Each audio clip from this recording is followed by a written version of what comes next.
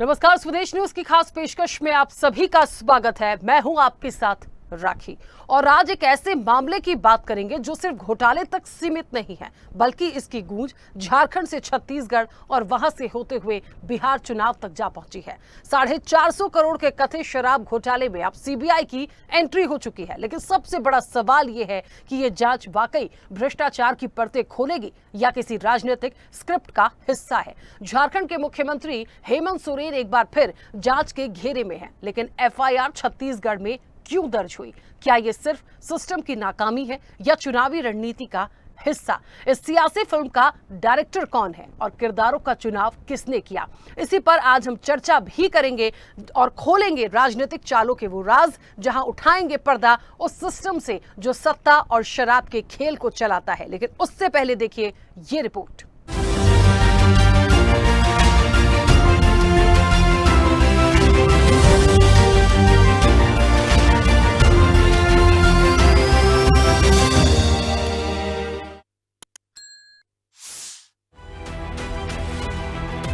झारखंड के मुख्यमंत्री हेमंत सोरेन एक बार फिर मुश्किलों में घिर सकते हैं। इस बार मामला है कथित 450 करोड़ रुपए के शराब घोटाले का। सूत्रों की माने तो इस घोटाले की जांच अब सीबीआई जल्द शुरू कर सकती है, लेकिन ये मामला जितना सीधा दिखता है उतना है नहीं।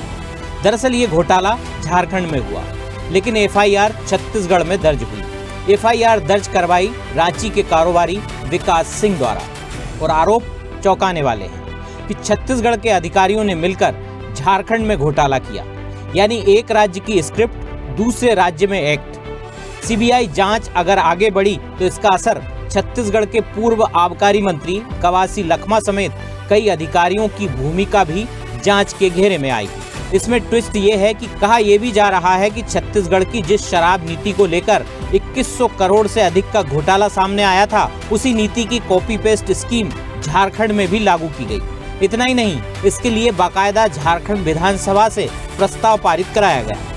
अब सवाल यह है कि क्या वाकई भ्रष्टाचार की परतें खुल रही हैं या एक बार फिर आदिवासी चेहरों को राजनीतिक मोहरे की तरह इस्तेमाल किया जा रहा है। एक और सीएम हेमंत सोरेन पहले से ही जमीन घोटाले में जेल जा चुके हैं। उसके बाद वे जनता की अदालत से बरी होकर फिर मुख्यमंत्री बन गए।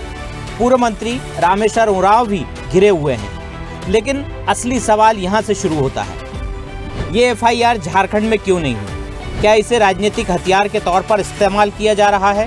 क्या ये सब कुछ बिहार चुनाव से पहले की सियासी स्क्रिप्ट का हिस्सा है?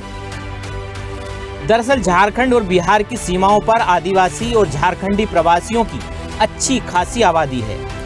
ऐसे में झारखंड के भ्रष्टाचार मॉडल को उछालना बीजेपी को सीमावर्ती सीटों पर राजनीतिक लाभ दे सकता है। सीएम हेमंत सोरेन की छवि को कमजोर कर महागठबंधन को चोट पहुंचाना भी इसका मकसद हो सकता है।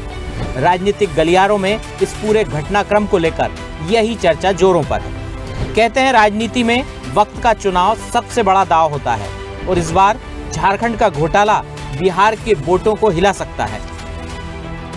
दो राज्यों के अधिकारियों की सांठगांठ से हुए इस कथित शराब घोटाले पर अब वक्त है जवाब तलाशने का। क्या वाकई ये सिर्फ घोटाला है या इसके पीछे रची गई कोई सियासी पटकथा है? यदि है तो इस सियासी फिल्म का डायरेक्टर कौन है और किरदारों का चुनाव किसने किया? जुड़िए हमारे साथ इस 1 घंटे की तीखी डिबेट में, जहां खुलेंगे राजनीतिक चालों के राज और उठेगा पर्दा उस सिस्टम से जो सत्ता और शराब के खेल को चलाता है। स्वदेश न्यूज के लिए विजय नंदन की रिपोर्ट।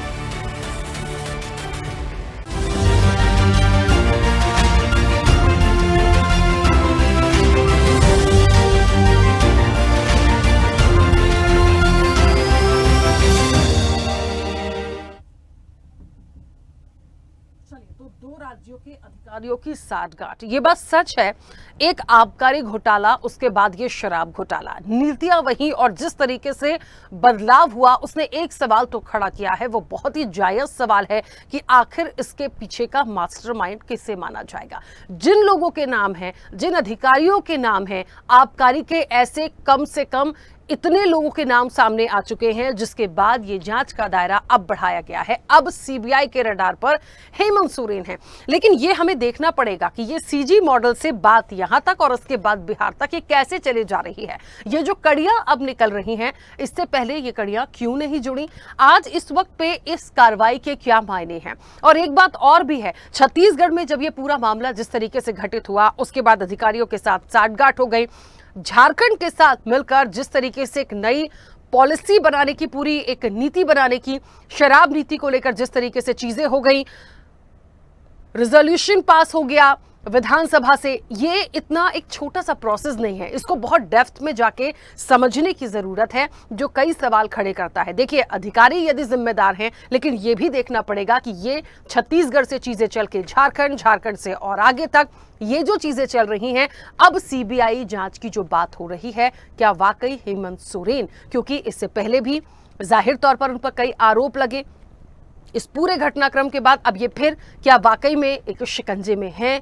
क्या जिस तरह से चीजें लाई जा रही हैं, दिखाई जा रही हैं, क्या वाकई वो इस दायरे में आ जाएंगे? बहुत सारी चीजें हैं। देखिए, इसको बहुत अंदर तक जाके समझने की जरूरत है।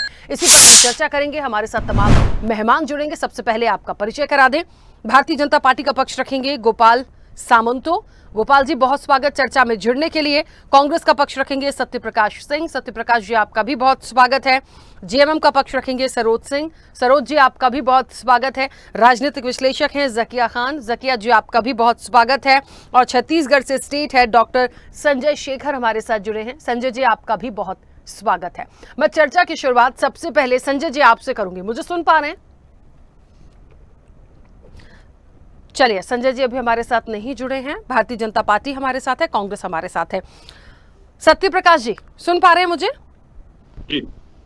सत्यप्रकाश जी, क्या हुआ? ये इतना बड़ा घोल घपला छत्तीसगढ़ के माथे तो आया, और उस वक्त पर मुझे लगता है भूपेश बघेल तमाम लोगों के आई, क्योंकि अब सरकार की जिम्मेदारी बनती है। देखिए, जब कोई बड़ा घोटाला होता है, जिम्मेदार और आरोप प्रत्यारोप सरकार पर लगना लाजमी है। कई सारे अधिकारी ऐसे थे जिनके नाम आए हैं, एफआईआर में उनके नाम है, कवासी लखमा का उसमें नाम था। उसके बाद झारखंड तक ये चीजें चली गई। मतलब इतनी बड़ी लॉबी काम कर रही है। आज सीबीआई की जो बात हो रही है, मुख्य रूप से जिम्मेदार किसे माना जाए? एफआईआर में नाम है, कांग्रेस भी को भी हम इससे अछूता नहीं कह सकते, हम किसी को अछूता नहीं कह सकते। जो चीजें आई हैं उस पर स्पष्टीकरण तो बनता है। राकेश, देखिए, सबसे पहले तो बोलूंगा कि चुनाव बहुत नजदीक है बिहार में। ये सबसे महत्वपूर्ण विषय तो यही कि चुनाव बहुत नजदीक है बिहार में, और इसकी वजह से देखिए ईडी सीबीआई सब आती जाती रहती है, या पड़ोसी राज्य हो या उस राज्य में हो, ये चलती रहती है। मगर देखिए, महत्वपूर्ण क्या है, पिछले 2-3 सालों से बीजेपी ये आरोप लगा रही है घोटाला हुआ। मैं सिर्फ छत्तीसगढ़ की बात कर रहा हूँ। आप कथा करके घोटाले की बात करते हैं, मगर 2-3 में आप किसी निष्कर्ष तक अभी तक नहीं पहुंच पाए। सबसे महत्वपूर्ण ये, आपने कोई निष्कर्ष दिया, आपने किसी दोषी पे कार्रवाई हुई, या कोर्ट ने किसी की सजा दे दी? कुछ नहीं हुआ। यहाँ तक कि मैं आपको बताना चाहूंगा राकेश जी, कुछ दिनों पहले जब अभी विधानसभा चल रहा था, तो हमारे विधायक रामकुमार यादव जी ने सवाल पूछा, सरकार से सवाल पूछा कि आप आरोप लगाते हैं तो आपने कितनी कार्रवाई की, कितने लोगों की गिरफ्तारी हुई, तमाम चीजें, मतलब सवाल किया गया सरकार से कि आप बताइए। सरकार ने साफ तौर से मना कर दिया कि हमारे पास कोई जानकारी नहीं, किसकी गिरफ्तारी कोई जानकारी नहीं है, क्या कार्रवाई कोई जानकारी नहीं। ये लिखित बयान है विधानसभा। तो ये दिखता है कि ये सिर्फ और सिर्फ खानापूर्ति या सिर्फ और सिर्फ बदनाम करने की कहीं ना कहीं साजिश है। अब आप अभी की बात करें, अभी भी जो सरकार है, रमन सिंह की जो सरकार थी, अगर हम रमन सिंह की सरकार अभी की सरकार में बात करूं, खास और अभी की बात करता हूं, तो दिल्ली में जो इन्होंने आरोप लगाया, जो मनीष सिसोदिया और केजरीवाल जी गिरफ्तार हुए, वहां पे इन्होंने या ईडी ने बताया कि भाई आपने सीधे विक्रेताओं से खरीदना शुरू कर दिया, निर्माताओं से माफी खरीदना शुरू कर दिया, तो आप कहीं ना कहीं घोटाला कर रहे हैं। और अभी मैं बताना चाहूंगा, 16 महीने में 4 बार आबकारी नीति बदली गई विष्णु देसाई की सरकार में, और उन्होंने यही नीति बनाई। पहले FL10 के 12 लाइसेंस और FL10B के 10 लाइसेंस, ये दोनों लाइसेंस दिए गए जो अलग अलग कंपनी, उसको रद्द करके सीधे निर्माताओं से लेना शुरू कर दिया। तो दिल्ली में जो हुआ वो यहाँ भी हो रहा है, तो क्यों नहीं जांच करते आप? यही महत्वपूर्ण सवाल तो उठता है ना, कि आप सिर्फ और सिर्फ ये देखेंगे कि कौन सी पार्टी का नेता है, कौन सी पार्टी की सरकार है, हम वहीं पे सीबीआई भेजेंगे, वहीं ईडी भेजेंगे, या कहाँ चुनाव है वहीं हम भेजेंगे। तो इससे देखिए साफ तौर से दिखता है। और शराब माफिया किस तरह से घूमते हैं, इनके कार्यकर्ता ने आत्महत्या कर दी है शराब कोची की वजह से। अब तो हमारे ऊपर आप आरोप लगाते थे। होलोग्राम की और बात कर लेता हूँ। आप बताइए, होलोग्राम अगर लगेगा तो कहाँ लेगा? डिस्टिलरियों का है जहां निर्माण होता है। आप ये बताइए, 1.5 साल से ज्यादा की सरकार है, कितने निर्माताओं के ऊपर उन्होंने कार्रवाई की है? कितने निर्माताओं के जो मालिक है वो जेलों में गए हैं, ये बताए हैं? एक भी नहीं गया। और होलोग्राम की जो बात होती है वो कहीं ना कहीं वहीं लगेगा निर्माताओं के यहाँ, तो क्यों नहीं कार्रवाई करते? अब तो बल्कि इनके कार्यकाल में होलोग्राम, नकली होलोग्राम मिल रहे हैं, ये अभी पुलिस की जांच में है। यहाँ तक कि नकली शराब भी करिए, दूसरे राज्यों से शराब आ रही है, यहाँ 70 से ज्यादा दुकानें खोली जा रही है, कहीं ना मनपसंद ऐप आ गया, तो ये तो अच्छा शराब सत्यप्रकाश बांटने जी, के कार्यक्रम ये लगे हुए हैं। चलिए मैं आपकी बात को मान लेती हूँ, पर आपकी बातें सुन के मुझे ऐसा क्यों लगता है कि जो आबकारी घोटाला था, जिस पर भूपेश सरकार पर तमाम चीजें आई, कवासी लखमा पर जो आरोप लगे, आप उसको क्या ढांकने की कोशिश कर रहे हैं? आप ठीक है भारतीय नहीं, जनता पार्टी को बोलिए, आप आगे तक चीजों को बढ़ाइए, लेकिन पीछे की चीजों को हम नहीं भूल सकते। तो ऐसे ही गया ना सर। नहीं राखी जी, देखिए इलेक्शन की आप बात करें, वही मैं बात बोलूंगा। आप कैसे निष्कर्ष पे पहुंच सकते हैं? आप इतने वरिष्ठ पत्रकार हैं, कैसे बोल सकते हैं कि इलेक्शन ऐसे गया? अभी साबित हुआ है, कोर्ट ने सजा दे दिया, कोर्ट में साबित। अच्छा मुझे बताइए सत्यप्रकाश जी, मुझे बताइए किसी का भी एफआईआर में नाम, किसी भी मंत्री का, ये सब तो जो मालूम है। मंत्री रह चुके ईडी हैं, किसके ऊपर कार्रवाई जो करती है, सबको आयुक्त मालूम है। रह चुके हैं, जो आबकारी के वरिष्ठ प्रशासनिक अधिकारी रह चुके हैं, उन लोगों के नाम क्या ऐसे ही आ जाएंगे एफआईआर में? कोई तो जांच होती होगी, कोई तो बातचीत होती होगी। आज किसी पर आरोप लगा के हम सीधे एफआईआर करा देंगे? समझिएगा मेरे पूछने का मतलब, आरोप लगाना सिर्फ मकसद नहीं है मेरा कि मैं कांग्रेस को आरोप लगाऊं। मैं आपको बता रहा हूँ ना राखी जी, अब आपने सवाल किया, बहुत अच्छा सवाल किया, मैं उस पर कोई सवाल नहीं खड़ा कर रहा हूँ, मगर मैं थोड़ा रमन सिंह सरकार में बताता हूँ। उसमें भी जिस तरह से नीति बदली गई, शराब निर्माताओं को जिस तरह से फायदा पहुंचाने की नीति बदली गई, उसमें 50 से 60% का मुनाफा दिया गया। अब उसमें भी मैं आपको बता दें, हमारी सरकार आई, हमको मालूम चला कि 4400 करोड़ का शराब घोटाला हुआ। उसमें राम सुंदर सिंह एक व्यक्ति है जो 10 साल तक रिटायरमेंट के बाद भी आबकारी विभाग का ओएसडी बना रहा। हमने कार्रवाई की, फरार हो गया, सुप्रीम कोर्ट से 2 साल बाद बेल मिलती है, वो जांच रोक रखी सरकार ने। तो उस सरकार के कार्यकाल का क्या हुआ, ये वही मैं बोलना चाह रहा हूँ। उसमें अधिकारी पकड़े गए थे, साबित हुआ था, ईओडब्ल्यू के पास तमाम तथ्य थे, वो कार्रवाई क्यों रुकी हुई है बताइए आप? इसलिए हम बोले कि ये अभी सिर्फ तथ्यों के आधार पर ईडी बोलती है, कोर्ट में भी साबित नहीं हुआ। ईडी क्या क्या लेके जाती है, कहाँ फाइल गुम हो जाती है। छगन भुजबल पे फिर मैं आ जाऊंगा, हिमंत बिस्वा सर्मा देख लीजिए आप, अजित पवार देख लीजिए आप, नारायण राणे देख लीजिए आप। तो ईडी की कार्रवाई किस तरह से चलती है वो पूरा देश देख रहा है 11 साल से। सीबीआई किस तरह से कार्रवाई करती है देश देख रहा है 11 साल से। इसलिए हम बोलना चाह रहे हैं कि आप कहीं ना कहीं निष्पक्ष जांच करवाइए। ठीक है, चलिए वापस आऊंगी। गोपाल जी मुझे सुन पा रहे हैं? मैं बिल्कुल सुन पा रहा हूँ। गोपाल जी, अभी तक तो छत्तीसगढ़ का जो मामला था ईओडब्ल्यू जांच कर रहा था, उसके बाद अब सीबीआई आ गया है, तो सीबीआई आने के बाद ये सीधे जो कनेक्शन चला गया झारखंड में, मुझे बताइए थोड़ा सा। ये देखिए सरकार अपना काम करे, जिन्होंने गलत किया है, जिन्होंने घोटाले किए हैं उनको सजा होनी चाहिए, लेकिन मामला सिर्फ घूम ही रहा है सर, आ नहीं रहा कुछ निकल के। राखी जी, मैं आप ही के सवाल को थोड़ा सा और सप्लीमेंट्री और एक सवाल उसमें जोड़ना चाहता हूँ। ये बार बार बोलते हैं कि गिरफ्तारी हो गई, गिरफ्तारियों का कोई पीछे आधार नहीं रहा, गिरफ्तारी ऐसे ही मनमाने ढंग से हो गई। आप बताइए, 2.5 साल 2 साल 2.5 साल से इनके समय के आईएएस अधिकारी जेल में हैं, इनके समय के बड़े बड़े अधिकारी जेल में, पीएससी ग्रेड के अधिकारी जेल में हैं, इनके महापौर के भाई जेल में हैं, इनके बड़े नेता जेल में हैं। अरे ना तो उनके पास कोई पैसों की कमी होगी, ना तो उनके पास वकीलों की कमी होगी। अगर सत्यता कहीं होगी ही नहीं तो क्या कोर्ट उनको 2.5 साल तक के बिना जमानत दिए ऐसे ही बैठा के रखी हुई है?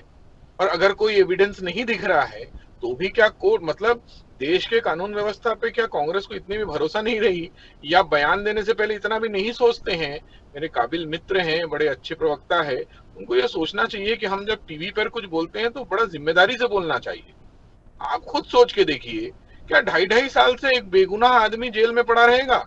और होलोग्राम की बात की, बहुत अच्छा याद दिला दी मुझे, तो मैं तो ऐसे भी याद करके ही आया था। इनके तत्कालीन महापौर के दीवाल नुमा गोडाउन, जहां आदमी पहुंच नहीं सकता है किसी भी स्तर पे, वहां जमीनों के नीचे से होलोग्राम निकलते हैं। और जब भिलाई का एक इनका अधिकारी पकड़ाता है, वो बताता है कि कैसे इनके होलोग्राम में उत्तर प्रदेश, इनके गोडाउन में उत्तर प्रदेश से होलोग्राम आते थे और वो होलोग्राम भिलाई तक जाता था और भिलाई में अलग अलग शराब बोतलों में वो होलोग्राम चिपकाए जाते थे। और मैं आपको बताता हूँ सत्यप्रकाश जी, या तो शायद आपको ये जानकारी नहीं होगी, या शायद आप इस जानकारी को छुपाना चाह रहे होंगे, या इसको मैनिपुलेट करना चाह रहे होंगे। होलोग्राम लगने का काम कभी भी शराब फैक्ट्री में जो होता है वो आबकारी की टीम ही करती थी। जब तक ढेबर परिवार शराब कारोबार में नहीं मिली भगत हुई थी और भूपेश बघेल की सरकार नहीं बनी थी, इस प्रदेश में होलोग्राम लगाने का काम आबकारी विभाग के अधिकारी ही करते थे और वो शराब फैक्ट्री के अंदर करते थे। इस बात की तस्दीक संजय शेखर जी भी कर सकते हैं। और बिल्कुल आबकारी विभाग का ऑफिस, बिल्कुल मैं आपको बता रहा हूं, एकदम पुख्ता जानकारी दे रहा हूं, जिस जानकारी का कहीं भी तस्दीक हो सकता है। आबकारी विभाग का ऑफिस डिस्टिलरी के अंदर रखा जाता था। गेट से जब भी गाड़ियां गुजरती थी तो पहले आबकारी के गेट से गुजरती थी, फिर जाके वो बाहर के गेट से गुजर पाती थी। इन्होंने उस ऑफिस को ही शिफ्ट करवा दिया। अब आप सोचिए कितनी बड़ी कॉन्स्पिरेसी थी। आबकारी के ऑफिस को ही शिफ्ट करवा दिया था और उस पूरे डिस्टिलरी के बाउंड्री के बाहर रखवा दिया था, ताकि नाप, बोतलों की संख्या, किसी चीज की कोई जानकारी, ट्रांसपेरेंसी हो ही ना पाए। आप आज भी डॉक्टर रमन सिंह जी के सरकार पे आरोप लगा रहे हैं। मुझे ये बताइए, पूरे देश में ठेकेदारी प्रथा आपने चालू करके रखी थी जब कांग्रेस की सरकार थी, तो गोलियां चलते थे कलेक्ट्रेट में। आपको शायद याद नहीं होगा सत्य प्रकाश जी, मेरे बड़े पुराने काबिल पत्रकार महोदय बैठे हैं हमारे साथ, उनसे इस बात की तस्दीक हो सकती है, लोग मरते थे गोली चलने में। वैसा ठेकेदारी प्रथा आप लोगों ने शुरू करवा के रखी थी। आज उस प्रथा से अगर किसी ने इस प्रदेश को उस प्रथा के दाग से इस प्रदेश को आजाद किया तो वो तो डॉक्टर रमन सिंह जी की सरकार थी। ये तो इस मार्च और अप्रैल में गोलियां चलती थी पूरे रायपुर, बिलासपुर, राजनांदगांव, धमतरी, ऐसा कोई जिला नहीं छूटता था। शराब ठेकेदारों के लठैत होते थे। शराब ठेकेदारों के लठैत ने, आपको मैं बताता हूं आपके सरकार की घटना, आप शायद भूल गए होंगे। यहाँ पे बड़े कद्दावर नेता हुआ करते थे श्यामा चरण शुक्ला जी, और श्यामा चरण शुक्ला जी यहाँ के पूर्व मुख्यमंत्री रहे। उनको सनब्राइट के लठैतों ने दौड़ाया था आपके सरकार में। दिग्विजय सिंह की सरकार थी, धमतरी जिले में श्यामा चरण शुक्ला जी को सनब्राइट नामक शराब ठेकेदारों की कंपनी ने करीबन 12 किलोमीटर दौड़ाया था उनकी गाड़ी को, और रात को बड़े मुश्किल से वो अपनी जान बचा पाए थे। आप कौन सी बातें कर रहे हैं सत्य प्रकाश जी, थोड़ा ज्ञान लेके आइएगा। अब झारखंड पे जाते हैं। झारखंड में आपके ढेबर परिवार ने को जाने की क्या जरूरत थी? वहां पे उन्होंने अकाउंट खोले, वहां पे उन्होंने अपना ऑफिस खोला, और क्या क्या इस पे आप सफाई देते रहते हैं। आप सफाई दीजिए ना कि ढेबर परिवार को अचानक भूपेश बघेल के सरकार में ही व्यापार करने का कैसे चस्का चढ़ गया, कैसे उनको इतनी सारी जानकारी हो गई, कैसे उन्होंने शराब के धंधे में आ गए। क्या भूपेश बघेल के सरकार के पहले एजाज ढेबर का परिवार शराब कारोबार में इन्वॉल्व था? और अगर नहीं था तो इतने 1 साल के अंदर इतना बड़ा शराब कारोबारी कैसे बन गया? इस पर जवाब दीजिए। ठीक है गोपाल जी, मैं जवाब भी लूंगी प्रॉपर तरीके से। मैंने पहले ही कह दिया था इस चर्चा की शुरुआत में, इसकी डेप्थ तक जाने की जरूरत है। सिर्फ आरोप प्रत्यारोप से नहीं होगा। जितने लोगों के एफआईआर में नाम थे और जिस तरीके से ये मामला झारखंड तक आ गया, बिहार इलेक्शन है, सत्य प्रकाश जी कहते हैं, उन्हें ऐसा लगता है कि ये उसके पहले की एक सियासत हो सकती है, लेकिन हमें हर पहलू को समझना पड़ेगा। डॉक्टर संजय शेखर जी भी हमारे साथ जुड़ गए हैं। संजय जी, मुझे सुन पा रहे हैं? जी बिल्कुल मैं सुन रहा हूँ। हाँ, संजय जी, आबकारी घोटाला छत्तीसगढ़, उसके बाद शराब घोटाला झारखंड, और धीरे धीरे बिहार इलेक्शन से ये कड़ी को जोड़ा जा रहा है। मेरे 2 मुख्य सवाल हैं आपसे, क्योंकि आप इस पूरे घटनाक्रम को बहुत नजदीक से देख रहे होंगे, समझ रहे होंगे। एक तो जिस तरीके से कवासी लखमा का नाम आया था, जब एफआईआर में उनका नाम आया, आबकारी घोटाला जो हुआ, भूपेश बघेल, क्योंकि सरकार पर आरोप लगना जायज होते हैं जब कोई बड़ा घोटाला होता है, और उनकी जिम्मेदारी होती है कि वो इन तमाम चीजों के लिए एक स्पष्टीकरण दें। ईओडब्ल्यू बहुत लंबे समय से जांच करती चली आ रही थी। अब जो मामला है, 2 राज्यों के जो प्रशासनिक अधिकारी हैं उनके बीच के इस तालमेल ने एक इतना बड़ा घोटाला उजागर किया, सामने आ गया, सरकारों को कोसा जा रहा है, बात सीधे झारखंड पे ले जाके रख दी है। क्या वाकई में किसी आदिवासी नेता को सियासी निशाना बनाया जा रहा है? क्या वाकई इसके पीछे बिहार इलेक्शन को हम जोड़ सकते हैं, या ये जो चीजें हुई हैं मुख्य रूप से जिम्मेदार किसे माने? मुझे तो अब ये जो सीबीआई जांच की जो बात निकली है, इस पर भी एक सवालिया निशान लगता है। अभी इस वक्त पे क्यों, क्या मानते हैं? देखिए, ये जो झारखंड शराब घोटाले जो करीब 450 करोड़ रुपए का है, उसको लेकर के जो एफआईआर हुई है, सीबीआई ने एफआईआर दर्ज की है, मुझे नहीं समझ में आता है कि इसका कोई बहुत बड़ा बिहार इलेक्शन से कनेक्शन हो। ठीक है, कांग्रेस के लोग ये कह सकते हैं, चूंकि महासचिव है भूपेश बघेल जी, वो बिहार जाएंगे क्योंकि पूर्वी वोट बैंक वहां पे बहुत बड़ा है, तो एक राजनीतिक मुद्दा हो सकता है। लेकिन चूंकि झारखंड से इसका कुछ लेना देना नहीं है, इसलिए मुझे नहीं लगता है कि इसके बहुत कोई राजनीतिक निहितार्थ होने चाहिए। अब समझना ये होगा कि आखिर ये पूरा मामला क्यों आया। देखिए, झारखंड छत्तीसगढ़ की जो शराब नीति, जिसको पिछली सरकार ने, भूपेश जी की सरकार ने जो बदली और लागू की, उस बदली और लागू की मैं इस रूप में कह रहा हूं, कहेंगे कि पुरानी सरकार, हमारे मित्र हैं बैठे हुए, ये कहेंगे कि पुरानी जो नीति थी रमन सिंह की, उसी को हम चला रहे थे, लेकिन उसमें बहुत सारी रद्दोबदल की गई, बहुत सारी चीजें हुई थी, और उसी को एज इट इज करीब करीब ले जा करके झारखंड में लागू किया। छत्तीसगढ़ में जो उसको ऑपरेट करने वाली जो एजेंसी थी, जो लोग थे, जो की पर्सन थे, वही जाकर के झारखंड में उसको ऑपरेट कर रहे थे। इवन पॉलिसी बनाने में और उसको विधानसभा में पारित कराने में, झारखंड की विधानसभा में पारित कराने में यहाँ की लोगों की भूमिका थी। छत्तीसगढ़ में इसकी कई बैठकें हुई और उसके बाद वो पॉलिसी वहां पर बना। और जिस तरह के आरोप यहाँ छत्तीसगढ़ में लगे हैं, जो शराब घोटाले की जांच छत्तीसगढ़ में चल रही है, कमोबेश वही पॉलिसी के अंदर जो लेकुना डाल करके और जो करप्शन किया गया, पॉलिसी करप्शन, वही पॉलिसी करप्शन झारखंड में भी हुआ था। तो दोनों में बहुत सारी सिमिलरिटीज है, और यही वजह है कि पहले छत्तीसगढ़ में और उसके बाद फिर इसकी आंच जो है झारखंड तक पहुंची है। और झारखंड तक पहुंची है तो जाहिर सी बात है कि चूंकि इसके जो किरदार लोग हैं, देर सवेर वो कहीं ना कहीं उसके घेरे में आएंगे, और घेरे में आएंगे तो जाहिर सी बात है कई सारे सवाल उठते हैं। राजनीतिक दल है तो उनका अपना एक राजनीतिक धर्म है, वो राजनीतिक आरोप प्रत्यारोप करेंगे, ये उनका धर्म भी है, वो करेंगे। लेकिन आपको देखना ये होगा कि सत्यता क्या है।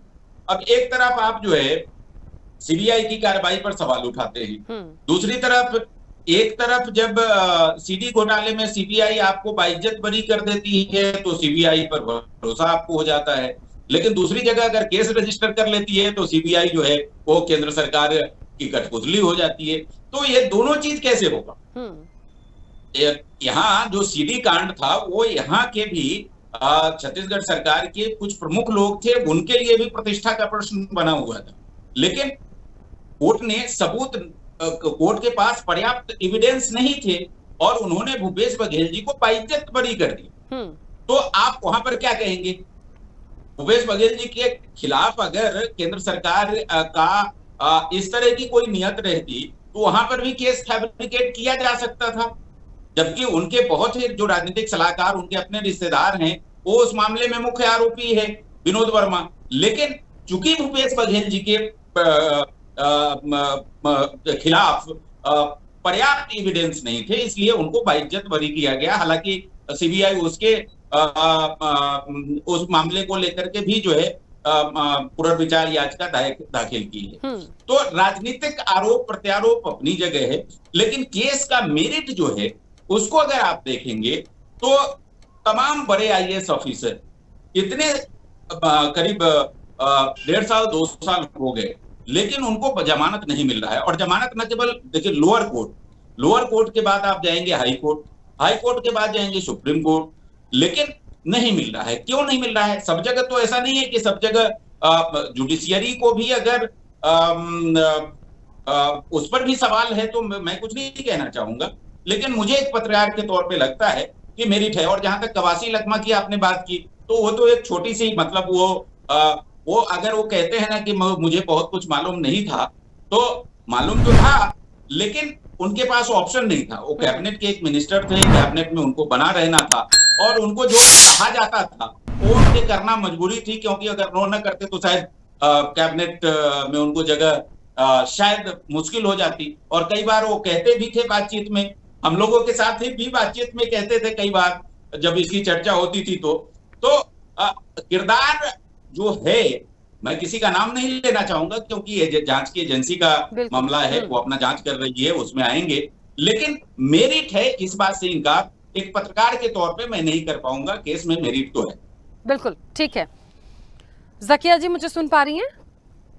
बिल्कुल बिल्कुल आवाज आ रही है। हाँ ज़किया जी, दो सवाल हैं। हालांकि एक कनेक्शन बिहार तक जो ले जाने की कोशिश की जा रही थी उसको भी संजय शेखर जी ने कहा लगता नहीं है, कोई ऐसा कनेक्शन नहीं दिखता। जब जब कोई इलेक्शन होते हैं अमूमन इस तरह की चीजें आती हैं, पार्टियां अपना कुछ थोड़ा बहुत वोट बैंक के लिए इस तरह की बातें कर सकती होंगी। एक पॉइंट लिया जा सकता है पर बहुत इंपॉर्टेंट नहीं है बात अभी, क्योंकि शराब घोटाला अपने आप में एक ऐसा घोटाला है जिसमें इतना कमीशन आया है, इतनी कमाई हुई है, इतना बड़ा ये घोटाला और भ्रष्टाचार है जिसकी परतों को पढ़ते पढ़ते पढ़ते ऐसा लगने लगा कि बिना मिली भगत तो कुछ हो नहीं सकता था। ये तो एफआईआर में जो नाम है ना वो सब खुलासा करते हैं कि कौन कितने पानी में है। लेकिन बात ये होती है, एक सवाल है सीबीआई का लेकर। भाई राज्य सरकार की अनुमति के बिना तो आप ये तमाम चीजें नहीं कर सकते हैं। इस कनेक्शन को झारखंड में देखिए, एफआईआर छत्तीसगढ़ में होती है, सीजी मॉडल ये पूरा था जो झारखंड तक पहुंचा। झारखंड का जो घोटाला हुआ क्योंकि दो राज्यों के अधिकारियों के बीच ये तमाम चीजें हुई, तो ये जो नीति आई, विधानसभा से रिजोल्यूशन पास कराया गया, तमाम चीजों के बाद पॉलिसी बन गई, लाइसेंस हो गए और होलोग्राम लेके शराब भी चली गई। इतना सब कुछ होने के बाद अब सीबीआई जांच की बात हो रही है, वो भी सीजी मॉडल पर झारखंड में सीबीआई जांच करेगी। इस कनेक्शन को आप कैसे देख रही? देखिए, मैं आपको एक छोटा सा पॉइंट दिखाना चाहूंगी कि 2025 में ही अनाउंस किया है हेमंत गवर्नमेंट ने कि हमें अल्कोहल की नीतियों से दूर रखा जाए, है ना। गवर्नमेंट से हटा के वो एक प्राइवेट इंस्टीट्यूशन को या वेंडर्स सिस्टम को, ताकि बिल्कुल ही पारदर्शी तरीके से ट्रांसपेरेंसी के साथ ये सारी काम हो सके। ठीक है, ये टाइम जोन आप देखिएगा जरा, ठीक है, आप इस चीज को स्टडी कीजिए। टाइम जोन कब का है? 2025 का। घोटाला कब हुआ है? 10 सालों में हुआ है। ठीक है, तो अचानक से क्या हुआ कि गवर्नमेंट को फील हुआ कि नहीं, अब इस चीज को हमें अपने हैंडओवर से हटा देना चाहिए ताकि हम रिस्क बाउंड्रीज से बाहर हो जाएं। और अचानक से फिर सीबीआई का एक ऑर्डर आया जिसमें पूरी तरह से जांच की एजेंसीज को शामिल करने की और बात रखने की बात आ गई। तो ये सारी चीज जो पॉइंट है, ये बहुत ही इंपॉर्टेंट एक आपको चीज दिखा रही है, एक बहुत ही क्लियर कट डायरेक्शन दिखा रही है कि कुछ इंटेंशन जाहिर हो चुका था कि अब ये केस को छुपाया नहीं जा सकता, इस घोटाले को छुपाया नहीं जा सकता। तो बेटर है कि अपनी गवर्नमेंट को सेफर पॉइंट पे ले जाने के लिए यहाँ पर से अपना हाथ झाड़ लिया जाए और इस चीज को अगर सीबीआई की जांच का हम सेंट्रल के तरफ से और स्टेट गवर्नमेंट मिलके ये करती है कंट्रीब्यूशन, तो कहीं ना कहीं एक ये सोच आएगी कि हाँ भाई, जो गवर्नमेंट ऑलरेडी खुद इसके निरपेक्ष में बातें कर रही है, जिसको ट्रांसपेरेंसी पे ले जा रही है, खुद लेडीज के लिए अल्कोहल मुक्त अभियान चला रही है इतना सारा कि भाई जो लेडीज इन्वॉल्व है अल्कोहल बनाने में, राइस अल्कोहल खासतौर से, उनको रोजगार दिया जाए, उनको एक प्रचार दिया जाए, उन्हें सपोर्ट कर रही है। तो डेफिनेटली उसका इन्वॉल्वमेंट क्या होगा क्या नहीं होगा, ये एक बहुत बड़ा चीज है। एक पॉइंट।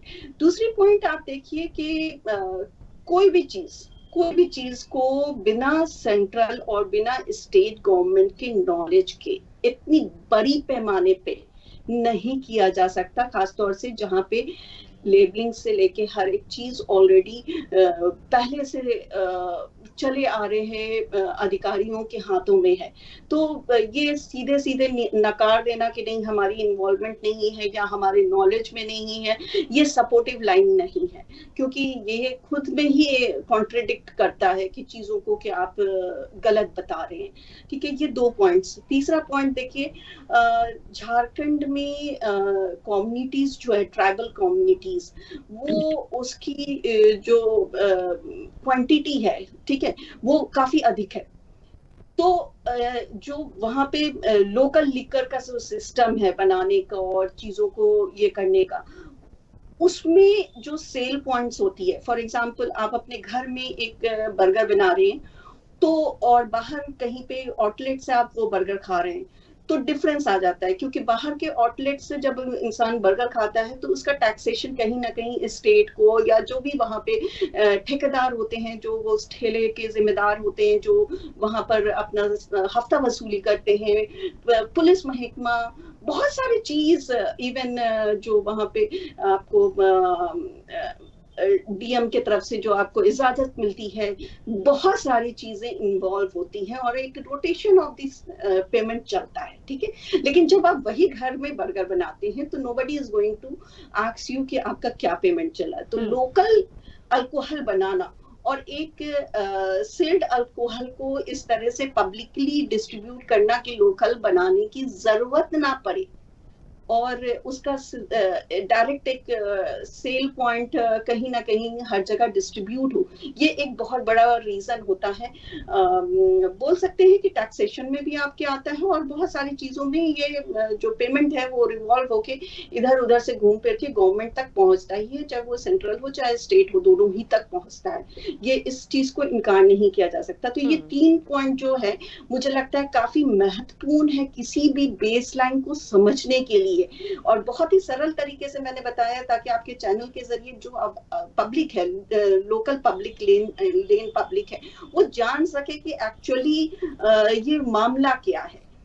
बिल्कुल ठीक है ज़किया जी, वापस आऊंगी। सत्य प्रकाश जी, बहुत सारे सवाल भारतीय जनता पार्टी ने उठाए हैं और ये बस सच है। देखिए, बात एक पक्ष की नहीं है कि एक पक्ष ने कर दिया उस पर आरोप लगा दे, दूसरे पक्ष ने सीबीआई जांच की बात इस वक्त पे कर दी हम उस पर आरोप लगा दे। बात इस चीज की है कि इतना बड़ा घोटाला, इतना बड़ा भ्रष्टाचार क्यों? बहुत अच्छा मैसेज तो गया नहीं। इतने लोगों को इन सारी चीजों की क्या जरूरत पड़ रही है? क्यों इस तरह की चीजें करने से अच्छा मैसेज नहीं जाता? मैं तो जब अधिकारियों के नाम पढ़ती और सुनती देखती हूँ बड़ा ताज्जुब होता है। क्या मिलता है? क्यों एक जनप्रतिनिधि को जब जनता चुनती है, सरकार बनाती है, चाहे कांग्रेस की रही हो या भारतीय जनता पार्टी की हो, उस पर पलीता लगाते हैं ये जो नीचे ब्यूरोक्रेट्स होते हैं ना, जिन्हें कहा जाता है। कई बार तो मुझे लगता है कि जो सरकार होती है उसको हम ना भी कहें कि वो जिम्मेदार है, उस पर आरोप ना भी लगाएं, लेकिन जो ब्यूरोक्रेट्स है ना, इनका क्या करेंगे सर? इन पर तो लगाम लगानी पड़ेगी। आज का घटनाक्रम नहीं है, ऐसे बहुत सारे घोटाले हमारे सामने आते हैं। तो छत्तीसगढ़ पर भी ये लागू हो रहा है, अब ये झारखंड तक भी चला गया है। देखिए राकेश जी, अभी गोपाल जी की मैं बात सुन रहा था, उनकी बातों से मेरे को ये लगता है एक शेर याद आता, मेरी कमीज पर दाग क्यों है वो हम नहीं देखे, मगर तुम्हारी कमीज साफ की है उस पर जरूर सवाल पूछिए। तो आप भी तो उनकी कमीज देख रहे थे रमन सरकार वाली, तो उन्होंने भी देखी सर। नहीं राकेश जी, वही तो मैं बता रहा हूँ ना। अभी इन्होंने बहुत सारी चीजें उसमें देखी, कैसे इनकी बातों का कैसे ड्यूअल बात है, 2 तरह की बातें किस तरह से गोपाल जी कर रहे हैं, मैं वही बात बताना चाह रहा हूँ। अभी इन्होंने बोला कि जेल में बड़े इनके अधिकारी थे जो इनके सरकार वो जेलों में है। ये सोचने वाली बात है कि क्यों नहीं बेल मिल रहा है। बेल मिलता है, सुप्रीम कोर्ट से भी कई लोगों को बेल मिला है। आप उसी मामले को फिर ईओडब्ल्यू में रजिस्टर कर देते तो क्यों नहीं हम कहेंगे कि राजनीतिकरण हो रहा है? क्यों नहीं हम कहेंगे कि राजनीति से प्रेरित है? आप बता दीजिए। और कौन से संविधान में ऐसा लिखा हुआ है कि एक ही मामले को 2-2 जगह आप केस रजिस्टर करेंगे? क्यों करेंगे भाई? इसी से लग जाता है। अब जेल की जहां तक बात है, अभी तक दोष साबित नहीं हुआ। जेल में तो हमारे देश के गृह मंत्री भी थे, जेल में छगन भुजबल भी थे, भले वो बाहर आके फाइल गुम हो गई, अलग विषय है। जेल जाने की नौबत तो यहाँ चिंतामणि महाराज की भी हो गई थी, मगर बेचारे बीजेपी में जाके पाक साफ हो जाते हैं। इसलिए हम बोल रहे हैं। और आज अभी ये बोल रहे थे डेभर की व्यापार, अरे वो तो व्यापारी आदमी है और वो पहले से व्यापार कर रहे हैं।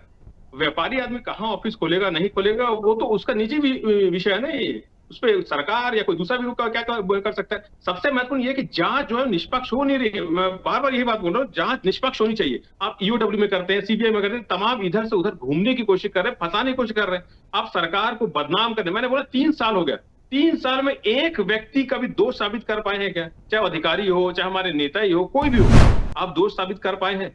ईडी से पहले तो ये जानकारी देना लग जाता है। अभी इन्होंने बात की कि आपके समय कलेक्टर जल जाता है, आपके समय तो कलेक्टर जल रहा है, हमारे समय दंगे के आरोप लगा, आपके समय तो कलेक्टर जल रहा है, बच्चों के साथ अपराध हो रहा है। इसलिए हम बोल रहे हैं, आप तो मनपसंद ऐप लेके आ रहे हैं, 70 दुकानें खोल रहे हैं, 700 दुकानें 1400 दुकानें कर दी आपने देशी शराब मिला, विदेशी शराब मिला के, ये हालात इन्होंने कर दी। ये देखिए, सबसे हमारे ऊपर आरोप लगा रहे हैं, अरे हमने तो 100 दुकानें कम की, हमने कहीं ना कहीं ये लगाम लगाने की कोशिश की, ये तो टैक्स का कम करके खपत बढ़ाने के लिए लगे हुए हैं, युवाओं को कहीं ना कहीं नशा में ले जाने की कोशिश की जा रही है। इसलिए हम बोल रहे हैं, आप क्या करना चाहते हैं प्रदेश की जनता देख रही है। आपने 4 बार क्यों नियम बदले? अभी संजय जी बात कर रहे थे, हमने कोई नियम नहीं बदला संजय जी, जो रमन सिंह की सरकार में था वही लागू हुआ है। उस समय वो कहीं ना कहीं 6000 करोड़ का मुनाफा था, हमने उसको बढ़ाया। तो आप वही नीति कह रहे हैं, अगर हमारा राजस्व बढ़ा प्रदेश का तो कैसे आप बोल सकते घोटाला हुआ? वही नीति में आपका राजस्व क्यों कम था? तो आप कहीं ना कहीं देखते हैं कि आपकी सरकार में क्या हुआ और हमारी सरकार में क्या हुआ। 1000 करोड़ का कहीं ना कहीं बहस किसके सरकार में हुआ था? प्रेमदास पांडे जी और इनके कैबिनेट बैठक में 1000 करोड़ किसके अकाउंट में जा रहा है, इसको लेकर बहस हुई थी, वो कोई भूला नहीं है, अखबारों में सूचियां बनी थी। इससे इनकी जो जांच चल रही है उसकी क्यों नहीं आगे बढ़ा रहे? यही मैं बोल रहा हूँ, आप ईडी से जांच कराइए, आईटी से कराइए, सीबीआई से, एफबीआई से करा लीजिए, जो भी एजेंसी कराना करा लीजिए, मगर निष्पक्ष कराइए ना भाई। आपकी सरकार में क्या वो उसकी भी करा लीजिए, हमारी सरकार उस पर भी करा लीजिए, मगर आप ये सिर्फ और सिर्फ दोषारोपण मत कीजिए कि हम इधर कर रहे हैं, उनकी सरकार में ये हुआ था, हम जांच करवा रहे हैं। ये सिर्फ और सिर्फ बदनाम करने की साजिश है। सिर्फ और सिर्फ कांग्रेस सरकार जो काम उसको कहीं ना कहीं रोकने के, उसका जो क्रेडिट लेने की बात है, जो प्रदेश की जनता को जो लाभ मिल रहा था, जैसे मैं बोलूं 65 खरीदी बंद है, आत्मा स्कूल के अभी हालात क्या है, किसान दर भटकता बढ़ाने के लिए वो तमाम चीजों को कहीं ना कहीं भटकाने की कोशिश करिए, अपराध बढ़ रहे हैं उसको कहीं ना कहीं भटकाने की कोशिश करेंगे। ये सब चीजें कहीं ना कहीं राजनीति से प्रेरित है। हमारे सरकार में जो कार्यक्रम हुआ, जो लाभ मिले जनता को, उसको कहीं ना कहीं फायदा पहुंचा था, उसको अब ये करना नहीं चाहते, सब योजनाएं उन्होंने रोक रखी है। हम बोलते भाई जांच करा लीजिए। अच्छा सत्यप्रकाश जी, जो आबकारी घोटाला था उसमें आप लोगों की कोई गलती नहीं है और कांग्रेस सरकार की कोई गलती नहीं थी, ये कहना चाह रहे हैं आप? अब ये मत कहना कि आरोप सिद्ध नहीं हुए, दोष सिद्ध नहीं हुए, ऐसे तो सर किसी पे भी नहीं होता है, लेकिन बातें तो आती हैं, हवा में तो हुआ नहीं। हाँ संजय जी एक सेकंड। राखी जी वही मैं बोल रहा हूँ, राखी जी वही मैं बोल रहा हूँ कि अगर कुछ हुआ है तो जांच होनी चाहिए। सत्यप्रकाश भाई ने 2-3 सवाल उठाया। पहला ये कि आबकारी नीति में कोई परिवर्तन नहीं हुआ।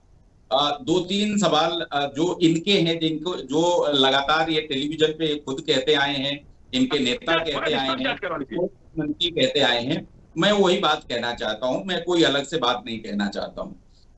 मेरी जानकारी में और सत्यप्रकाश भाई को भी ये जानकारी है कि बाकायदा कांग्रेस पार्टी ने लेटर लिख करके और सरकार की तरफ से तत्कालीन सरकार के अधिकारियों ने लेटर लिख करके ये दिया कि जो है जो घोटाला हुआ उसमें नकली होलोग्राम लगाए गए, और अगर ये लगाए गए हैं तो जिन लोगों ने इसकी सप्लाई की, उत्पादनकर्ता लोग थे, उनके खिलाफ भी एफआईआर होनी चाहिए।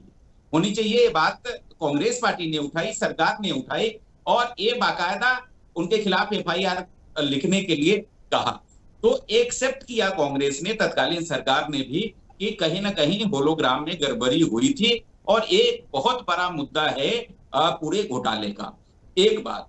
दूसरी बात जो आपने कही कि यहां से मिल जाता है, नहीं मिलता है, देखिए इसमें कई सारे ऐसे विषय हैं जिसको आप झुठलाने की कोशिश नहीं कर सकते हैं।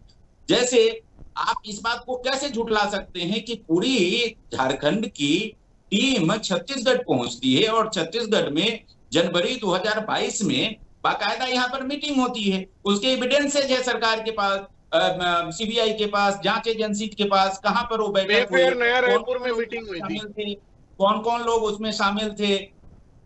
तो इस सारी चीजों को नहीं झुठलाया जा सकता है। दूसरी चीजें, वो सारे इसमें जो वहां पर टेंडर के जो नॉर्म्स बनाए गए, टोटली इस तरह से बनाए गए कि इनकी जो कंपनियां हैं वही कंपनियां केवल उसमें क्वालिफाई कर सकती है, झारखंड की बाकी जगह की कोई भी कंपनी उसमें क्वालिफाई नहीं कर सकती है। ये नॉर्म्स पूरे बनाए गए और उसको ड्राफ्ट किया गया। कहां ड्राफ्ट किया गया, क्या ड्राफ्ट किया गया, वो भी मेरी जानकारी जितनी है कि एजेंसी के पास वो भी जानकारी आ गई है, कुछ दिनों में वो भी सामने आएगा, कम से कम केस डायरी में तो सारी चीजें सामने आएगी। तो एकदम से आप किसी चीज को झुठला नहीं सकते। ठीक है, मैं ये नहीं कहता, राजनीतिक दल चाहे कांग्रेस हो, चाहे बीजेपी हो, चाहे कोई अन्य भी राजनीतिक दल हो, राजनीति का चरित्र है कि एक दूसरे को जहां नुकसान पहुंचाने की कोशिश होती है वहां पर नुकसान पहुंचाते हैं। चाहे वो कोई भी राजनीतिक दल इसे दूध से धुला हुआ नहीं है, जिसको जहां मौका मिलता है वो करता है, इस बात से इंकार नहीं किया जा सकता। लेकिन आप ये कहेंगे कि ये पूरा घोटाला जो है, ये 450 करोड़ रुपए का पूरा फर्जी फैब्रिकेटेड केस है, तो ये अतिशयोक्तिपूर्ण होगा। ये एक केवल अपने दामन को बचाने वाली बात होगी, क्योंकि पूरा सिस्टम कोलैप्स नहीं हुआ है कम से कम भारत में अभी तक। ठीक है, उसमें गड़बड़ियां हैं, इस बात से इंकार नहीं किया जा सकता, राजनीति भी होती है, इस बात से भी इंकार नहीं किया जा सकता। लेकिन कोर्ट है ना, जुडिशियरी है ना, जुडिशियरी पे तो भरोसा रखना पड़ेगा। और अभी भी और अपने सुविधानुसार हम कहें कि हमको जुडिशियरी पे भरोसा है और अपने सुविधानुसार कह दे कि नहीं वो तो जो है सरकार के इशारे पर चलती है, तो ये ठीक बात नहीं है। इसको समझने की और उसको करने की जरूरत है। बहुत सारे ऐसे तथ्य हैं। छत्तीसगढ़ का पूरा मॉडल आप जाकर के झारखंड में इम्प्लीमेंट कर देते हैं। और एक और बात जो सत्यप्रकाश भाई ने कही, सत्यप्रकाश भाई ने कही कि 1000 करोड़ रुपए का कम था रेवेन्यू पिछले साल में रमन सिंह के समय।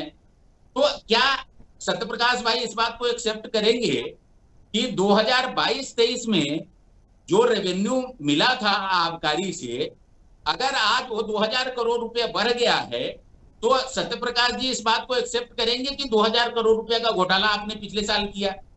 ये बहुत बेतुका तर्क है, क्योंकि ईयर बढ़ता है, रेट बढ़ते हैं, इन्फ्लेशन बढ़ता है, चीजें बढ़ती हैं, तो बजट का साइज बढ़ता है, रेवेन्यू का साइज बढ़ता है। रेवेन्यू साइज जो 2 साल पहले रहा है और उससे हम तुलना नहीं कर सकते। उस समय क्या रेट थे, उस समय क्या परिस्थितियां थी, उस समय कितने दुकान थे। तो मैं सिंपल सा एक सवाल कह रहा हूं कि क्या सत्यप्रकाश भाई इस बात को एक्सेप्ट करेंगे कि इस साल जितना आबकारी से रेवेन्यू हुई है, उनके समय जितना कम हुआ था, क्या उतने 1000 करोड़ का उन्होंने घोटाला किया क्या? तो ये उचित तर्क नहीं है। मैं बड़ी जिम्मेदारी से कहता हूं कि राजनीतिक दल राजनीति करती है, इस बात से इनकार नहीं कर सकती। ठीक है, गोपाल जी कुछ कहना चाह रहे हैं। संजय जी एक सेकंड रोकूंगी मैं। नहीं है, इस बात से भी इनकार नहीं कर। ठीक है, हाँ गोपाल जी बोलिए। बस ये देखिए, सत्यप्रकाश जी ने अपने समय में ये कहा कि ढेबर परिवार व्यापारी है और व्यापार कर सकते हैं। मैं बिल्कुल जानता हूँ ढेबर परिवार व्यापारी है और व्यापार कर सकते हैं, लेकिन कोई भी व्यापारी रातों रात शराब का कारोबार में नहीं आ जाता है, क्योंकि ना तो उनके पास कोई डिस्टिलरी थी, ना तो उनके पास कोई शराब का दुकान चलाने का उनका कुछ पुराना व्यापार था, या ना उनका शराब से लेना देना कुछ था। अचानक 2020 से वो शराब का कारोबार करना शुरू करते हैं। प्लेसमेंट एजेंसियों में उनके भाई अनवर ढेबर सीधे रूप से मतलब उनका डॉक्यूमेंट में नाम है प्लेसमेंट एजेंसीज के। और मजे की बात ये होती है, जब झारखंड का टेंडर निकलता है तो उसमें लिखा रहता है कि आपके पास किसी दूसरे राज्य में कार्य करने का एक्सपीरियंस हो, और उस एजेंसी को काम मिल जाता है जिसके पास छत्तीसगढ़ में काम करने का एक्सपीरियंस है। तो ये सारे चीजें दिखाती है कि ये पूरी की पूरी चीजें फैब्रिकेटेड थी। जैसे संजय जी ने बताया, सत्यप्रकाश जी ने को नहीं मालूम होगा तो मैं उनको जानकारी दे देता हूँ। रायपुर के मे फेयर होटल में, नवा रायपुर में, जब मे फेयर में होटल में ये बैठक हुई, उस समय भी पूरी की पूरी मीडिया, पूरी छत्तीसगढ़ की पूरी मीडिया बिना डर के, बिना भय के उस न्यूज को कवर की। मैं उन सभी मीडिया पर्सन्स का, उन सभी मीडिया के लोगों का आज भी हृदय से आभारी हूं कि ऐसे सच को सामने लाने का काम किया गया। स्टिंग ऑपरेशन हुआ, स्टिंग ऑपरेशन 2 रायपुर के बड़े होटलों में हुआ कि झारखंड में शराब नीति आने वाली है। ये 6 महीना पहले छपा यहाँ पे। आप सोच के देखिए राखी जी, जब वहां में झारखंड में पॉलिसी बनी भी नहीं थी, लेकिन 6 महीने पहले यहाँ मीटिंग की जानकारी हुई। फिर अनवर ढेबर कब झारखंड गए और किन से मिले, वो सारी बातें मीडिया में लीक हुई। और मीडिया में बड़े अखबारों को तो इन्होंने, बड़े अखबारों को बताइए या बड़े मीडिया हाउसेस को तो इन्होंने दबा के रखा था बिल्कुल, लेकिन हर मीडिया का व्यक्ति कम से कम अपने सोशल मीडिया का इस्तेमाल करके 6 महीने पहले ही ये भविष्यवाणी कर दिया था कि अनवर ढेबर और ढेबर परिवार और कांग्रेस का काम शराब का लेन देन में झारखंड में शुरू होने वाला है। और मैं फिर वही बात कहना चाहता हूं और फिर वही बात बताना चाहता हूं सत्यप्रकाश जी, जब आप ऐसी बातें करती हैं कि कौन कानून का गलत इस्तेमाल कर रहा है, कौन कानून का सही इस्तेमाल कर रहा है, मैं आपको एक बात बता देता हूं। आपकी एक अधिकारी है सौम्य चौरसिया, जो आज भी जेल में है। डीओपीटी का कानून कहता है कि कोई अगर जेल में चला जाए तो 48 घंटा मैक्सिमम 48 घंटे में उनका सस्पेंशन होना चाहिए। मैं आपको बता देता हूं, 22 दिन बाद सस्पेंशन हुआ था उनका। 22 दिन जेल में रहने के बाद सस्पेंशन हुआ था, जब कोर्ट ने संज्ञान में लिया था। आप कैसी बातें कर रहे हैं सत्यप्रकाश जी? कोई चीज भूपेश बघेल का कार्यकाल का यहाँ छुपा हुआ नहीं है। लोगों में आज भी भूपेश बघेल के प्रति नाराजगी इसी बात की है कि जैसे राखी जी ने कहा कि किसी को मैंडेट देती है पब्लिक, किसी को सत्ता सौंपती है पब्लिक, तो इसलिए नहीं सौंपती कि वो जनता को भूल जाए और ऐसे कार्यों में लिप्त हो जाए जो सीधे सीधे कांच के ट्रांसपेरेंसी के जैसे उसके भ्रष्टाचार को उजागर करने लग जाए। अब बताइए, सौम्य चौरसिया उनकी खुद की पीए थी, 22 दिन बाद उनको सस्पेंशन हुआ था, जबकि उन्हीं के कैडर के सिमगा में एक जनपद के सीईओ जब गिरफ्तार होते हैं, विद इन 24 घंटे उनका सस्पेंशन हो जाता है। आप कहें तो मैं आपको तो सस्पेंशन का ऑर्डर भी भेज दूंगा। ऐसे 12 सीईओ जो समकक्ष है सौम्य चौरसिया के, 12 सीईओ को जब भी उनकी गिरफ्तारी हुई, ये केस दर्ज हुआ, 24 घंटे के अंदर सस्पेंशन हुआ था। तो ऐसी कौन सी बात थी कि सौम्य चौरसिया को आपने अलग चश्मे से देख लिया?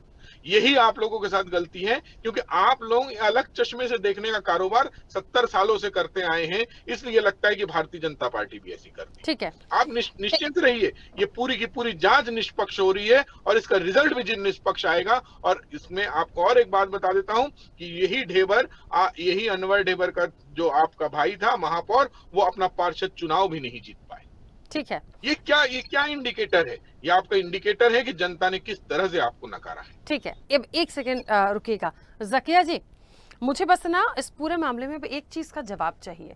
मैं सीबीआई जांच पर आऊंगी। मेरे लिए सबसे अहम प्रश्न ये इसलिए बन गया है आज क्योंकि कांग्रेस अपनी बात रख रही है, भारतीय जनता पार्टी अपनी बात रख रही है। कहां से ये पॉलिसी आई, कैसे वो बदल गई, किन किन के एफआईआर में नाम है, कैसे ये मामला चला, मामला हुआ है, जिन लोगों के नाम है, जांच का विषय है। लेकिन हमें उस पहलू को भी देखना पड़ेगा कि जिन लोगों पर आरोप लगे क्या उन पर दोष सिद्ध हो गए, क्या उनको सजा मिल गई। ये पहले की बात हो चाहे ये झारखंड में अभी की बात हो रही है, लेकिन ये काम हुआ है, इसके सबूत जैसे संजय शेखर जी भी कह रहे हैं, जैसे भारतीय जनता पार्टी भी कह रही है। हमें इस चीज के लिए तो वेट करना पड़ेगा कि जब सीबीआई तमाम चीजों का खुलासा करेगी, सारी चीजों पर इसका पूरा क्लैरिफिकेशन हमारे और आपके सामने आएगा, तो दूध का दूध और पानी का पानी हो जाएगा। लेकिन इसके पहले से जो पूरा मामला आया, जो जांच चल रही थी, उसमें अभी तक क्या हुआ, ये एक बड़ा सवाल है। दूसरी चीज, सीबीआई को लेकर जो एक बात अभी इस वक्त निकली है, एफआईआर क्यों नहीं हुई, झारखंड में हो जाती, छत्तीसगढ़ में क्यों हुई, ये वो प्रश्न है जो जानना बहुत जरूरी है। क्योंकि जब जब सीबीआई जांच की बात आती है, हमेशा विपक्ष के पास, कांग्रेस के पास एक पॉइंट होता है कि जब कुछ नहीं होता है तो हो सकता है झारखंड में महागठबंधन को गिराने का प्रयास हो, हेमंत सोरेन को घेरने की कोशिश हो। इससे पहले भी जमीन घोटाले के मामले में जेल में रहकर वो आए हैं, जमानत पर बाहर आए। देखिए, राजनीति है, हर पहलू पर जाकर समझना पड़ेगा। कौन किसको कहां से मात दे बैठेगा ये कोई नहीं जानता। बहुत अच्छा सवाल किया है राखी जी, और मैं इंतजार कर रही थी कब मेरा टर्न आएगा। और मैं बहुत सारी चीजों का बहुत ही अलग तरीके से, क्योंकि मैं जब भी विश्लेषण करती हूँ मैं इस तरह से करती हूँ कि एक आम जनता को बहुत ही क्लियर कट आइडिया मिल जाए कि एक्चुअल में केसेस क्या चल रही है और क्यों इस बातों को उठाया जा रहा है। क्योंकि जब हम लोग बात करते हैं और हम लोग टर्मिनोलॉजी यूज करते हैं तो बहुत सारी होती हैं जो एक आम जनता को समझने में दिक्कत होती है। और मेरी कोशिश रहती है कि इलेक्ट्रॉनिक मीडिया के जरिए ये सारी बातें हर एक व्यक्ति के जहन तक पहुंच जाए और उन्हें समझ में आए कि एक्चुअल में आज भारत में हो क्या रहा है। देखिए, यहाँ पे एक चीज को हम, जैसे मैं आपको एक्सप्लेन कर रही थी कि चीजें बहुत पहले से स्टार्ट थी और पता थी, और पता होने के बाद ये सारी चीजें आई। लेकिन जांच का स्टार्टअप कब हुआ? 2025 में अब स्टार्ट हुआ। क्यों? क्योंकि आपको जब ये सारी चीजें 2022 से ही समझ में आ रही थी, पता चल रही थी, बहुत सारे चीज आपको अनाउंस हो चुके थे, तो फिर इसे दबाने का मतलब क्या है? क्यों इसमें सेंट्रल की भूमिका नहीं है दबाने में? ऐसा तो कहा ही नहीं जा सकता ना। तो हर चीज जहां पे सेंट्रल इन्वॉल्व होती है वहां पे बीजेपी गवर्नमेंट इन्वॉल्व है। तो बीजेपी जो अपने आप को आज दिखा रही है कि नहीं, मैं तो सिरे से बिल्कुल साफ हूं और मैं निर्दोष हूं और मैं इस चीज का हवाला देके केस उठा रहा हूं, वो भी गलत है। क्योंकि आप अपनी इन्वॉल्वमेंट को डिक्लाइन नहीं कर सकते हैं। आपके पास अगर रेवेन्यू जा रहा है 60% हाई होके छत्तीसगढ़ का, तो आपको उसी टाइम एक स्ट्राइक होनी चाहिए कि अचानक से ये 60% इंक्रीमेंट कहां से आया और कैसे टैक्सेशन इतना ज्यादा बढ़ गया है। उस टाइम आप क्यों सोए रहे? डेफिनेटली ये part was going to you, या आपके नॉलेज में था। लेकिन आप चीजों को तब उठाने की कोशिश करते हैं जब आपका फायदा वहां पे कुछ दूसरे तरह से दिखने का असर हो जाता है। और इसमें देखिए अभी गोपाल जी और संजय जी ने बहुत कोशिश की ये चीज को समझाने की कि ये बिहार के इलेक्शन से इसका कोई लेना देना नहीं है। लेकिन मैं कहती हूँ कि जब भी कोई भी चीज गवर्नमेंट में होती है वो कहीं ना कहीं किसी ना किसी इलेक्शन से इन्वॉल्व होती है। फॉर एग्जाम्पल इस बार का आप एग्जाम्पल ले लीजिए, जो बजट आया उसमें सीधे से मकई के ऊपर इतनी बड़ी राशि का योगदान बिहार में दे दिया गया। ठीक है, इतने सालों से लोग जूझ रहे हैं, वही किशनगंज और कटिहार में हर साल बाढ़ आता है, लेकिन कोई भी तरह की राहत की पूंजी का विश्लेषण या अनाउंसमेंट नहीं किया गया। लेकिन जैसे ही इलेक्शन नजदीक आया और बजट का टाइम आया तो इतनी बड़ी राशि का अनाउंस कर दिया गया, सीधे सीधे क्या दिखाने के लिए। तो बहुत सारी चीज है जिसको आप डिक्लाइन नहीं कर सकते आप, यही चीज। और दूसरा चीज, किसी को भी सिरे से जब आप सीबीआई जांच कर रहे हैं और आपकी एक पॉलिसी आपने बनाए रखी है, कल्प्रिट अंटिल नॉट प्रूवन, तो ये जब आप इस्तेमाल कर रहे हैं कल्प्रिट अंटिल नॉट प्रूवन, तो वहां फिर आप किसी को भी ये दोष नहीं कर सकते कि तुमने जुर्म कर दिया। आप तो ऑलरेडी उसको कल्प्रिट बना के जेल की हवा खिला रहे हैं, जबकि वो प्रूव हुआ नहीं है अभी तक। यही चीज आपने दिल्ली में भी की है और कहीं ना कहीं इसका फायदा भी हुआ आपको दिल्ली गवर्नमेंट में अपनी पकड़ बनाने में।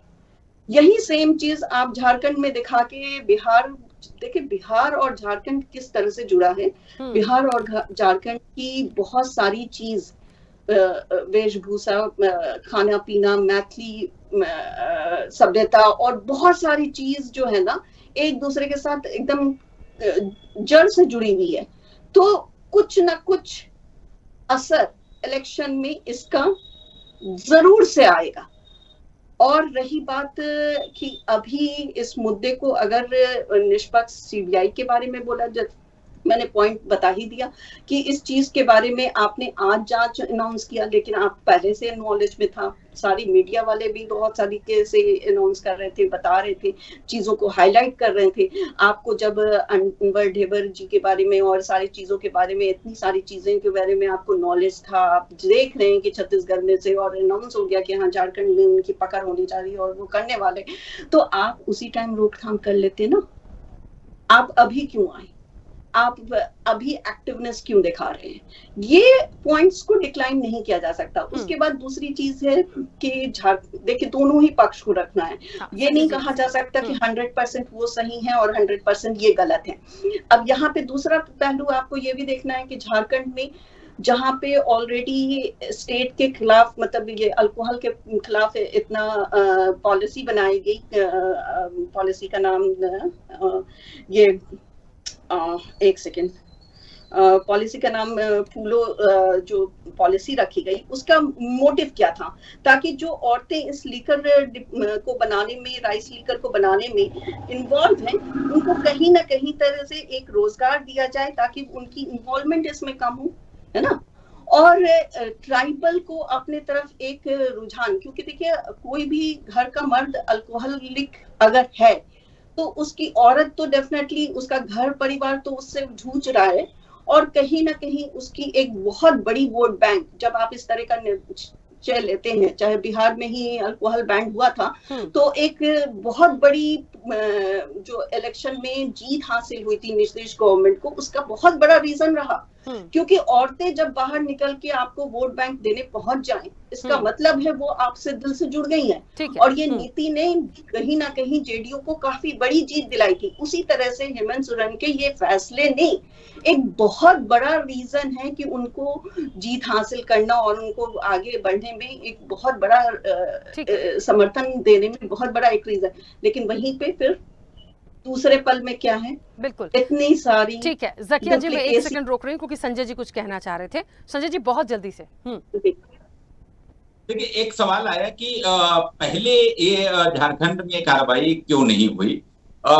एक पत्रकार के तौर पे जितनी मेरी समझ है उसमें ये है कि सीबीआई वहां पे कार्रवाई पहले इसके तौर पे नहीं कर सकती थी, क्योंकि झारखंड सरकार ने सीबीआई को बैन करके रखा हुआ है। और इसीलिए मुझे लगता है कि, और इसमें जो राजनीति का जो एक विषय है वो ये है कि भारतीय जनता पार्टी ने सोचा कि झारखंड में चूंकि सीबीआई बैन है, झारखंड सरकार जो है सीबीआई जांच के लिए उसको रिकमेंड कर नहीं सकती, तो भारतीय जनता पार्टी ने छत्तीसगढ़ का कनेक्शन के थ्रू उसको यहाँ पर एफआईआर करवाया और एफआईआर करवा करके उसकी जांच शुरू करवा रही है। जैसा कि मैंने आपको पहले कहा, देखिए इस बात से बिल्कुल इनकार नहीं किया जा सकता कि राजनीति नहीं, राजनीति तो होती है और जो भी सत्ता में जहां भी रहता है अपने हिसाब से राजनीति करती है और इसका एक बहुत लंबा इतिहास है हर एक पार्टियों का जो जहां सत्ता में रही है, तो वो एक अलग डिबेट का विषय है।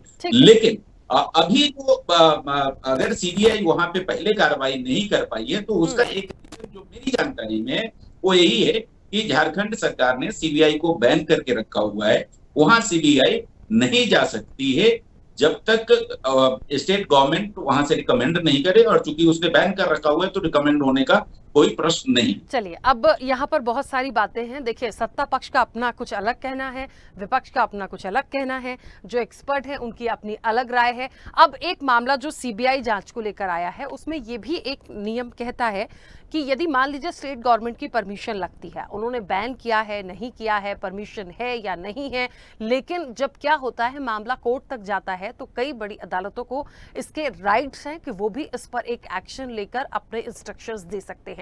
तो बात तो आई है सीबीआई जांच की, ये कितनी सफल हो जाएगी, कितना बड़ा खुलासा होगा, कौन कौन इसके दायरे में आएगा, ये वाकई एक बड़ा सवाल बनकर हम सब के सामने है। और वाकई ये सत्ता पक्ष की तरफ से भी एक सवाल है कि क्या झारखंड में महागठबंधन को चोट पहुंचाने की या हेमंत सोरेन को चोट पहुंचाने की ये कोशिश है। ये भी इस पहलू को हम डिनाई नहीं कर सकते। क्या होगा ये आने वाले समय में देखेंगे। सभी मेहमानों का बहुत शुक्रिया और चर्चा में भी फिलहाल इतना ही। बने रहिए स्वदेश न्यूज के साथ, सबसे पहले देश। ऐसे ही वीडियोस के लिए लाइक करें, शेयर करें, फॉलो करें, YouTube पर जाकर सब्सक्राइब कर बेल आइकन दबाना ना भूलें और ताजा अपडेट्स के लिए स्वदेशलाइव.com पर जरूर जाएं।